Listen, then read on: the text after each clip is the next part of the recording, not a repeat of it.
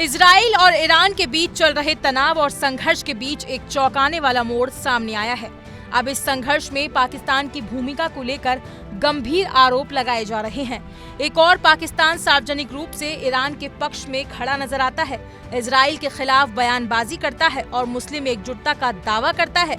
लेकिन ईरानी खुफिया सूत्रों के मुताबिक पर्दे के पीछे वो एक डबल गेम खेल रहा है।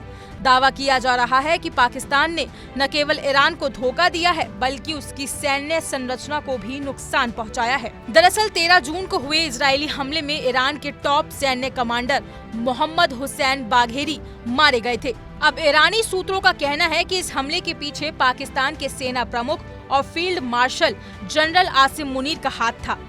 आरोप ये है कि आसिम मुनीर ने ही कमांडर बाघेरी की सटीक लोकेशन इजराइल और अमेरिका के साथ साझा की, जिसकी वजह से इजरायली सेना उन्हें निशाना बना सकी। यह आरोप जितना गंभीर है उतना ही खतरनाक भी, क्योंकि ये सीधे सीधे दो बड़े मुस्लिम देशों के रिश्तों में दरार की तरफ इशारा है। सूत्रों के मुताबिक मई के अंत में बाघेरी और आसिम मुनीर के बीच एक गुप्त मुलाकात हुई थी। इस मुलाकात में आसिम मुनीर ने उन्हें एक स्मार्ट वॉच गिफ्ट की, जो बाद में जानलेवा साबित हुई। ईरानी मीडिया का दावा है कि उस स्मार्ट वॉच में जीपीएस ट्रैकिंग डिवाइस छुपा हुआ था। यही डिवाइस बाद में इजरायली सेना को बाघेरी की सटीक लोकेशन देने में मददगार साबित हुई। 13 जून को इजरायली हमले में मोहम्मद हुसैन बाघेरी के साथ उनके 2 डिप्टी कमांडर भी मारे गए।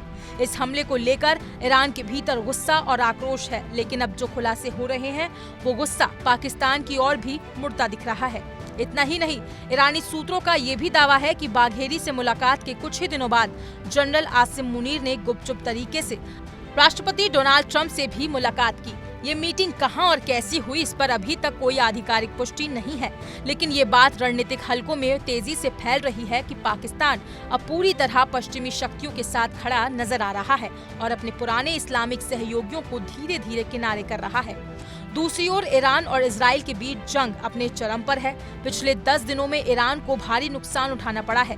ईरानी स्वास्थ्य मंत्रालय के मुताबिक इजरायली हमलों में अब तक 400 से ज्यादा नागरिकों की जान जा चुकी है, जबकि 3500 से अधिक लोग घायल हुए हैं। इन हमलों में ईरान के कई सीनियर सैन्य अधिकारी और परमाणु वैज्ञानिक भी मारे जा चुके हैं। इजराइल की ओर से स्पष्ट कहा गया है कि ये कार्रवाई ईरान को परमाणु शक्ति बनने से रोकने के लिए की जा रही है।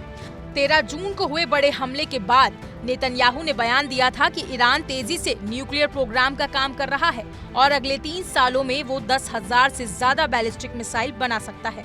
नेतन्याहू ने ये चिंता भी जताई कि अगर ईरान ने छोटे से देश इजराइल पर इन मिसाइलों का हमला कर दिया तो क्या बचेगा। इन हालातों में ये साफ है कि पश्चिम एशिया की भू राजनीति तेजी से बदल रही है। पाकिस्तान, जो अब तक खुद को मुस्लिम वर्ल्ड का प्रतिनिधि बताता आया है, अब उसकी भूमिका पर गंभीर सवाल खड़े हो रहे हैं। क्या पाकिस्तान सच में मुस्लिम देशों के साथ खड़ा है या वो अपनी रणनीतिक स्थिति मजबूत करने के लिए पश्चिम के साथ सौदेबाजी कर रहा है। ईरान के भीतर इस समय गुस्से की लहर है। अगर पाकिस्तान पर लगाए गए आरोप सही साबित होते हैं तो ये ईरान पाकिस्तान संबंधों में एक स्थायी दरार ला सकता है। साथ ही इससे मुस्लिम वर्ल्ड की एकजुटता पर भी बड़ा सवाल खड़ा हो जाएगा।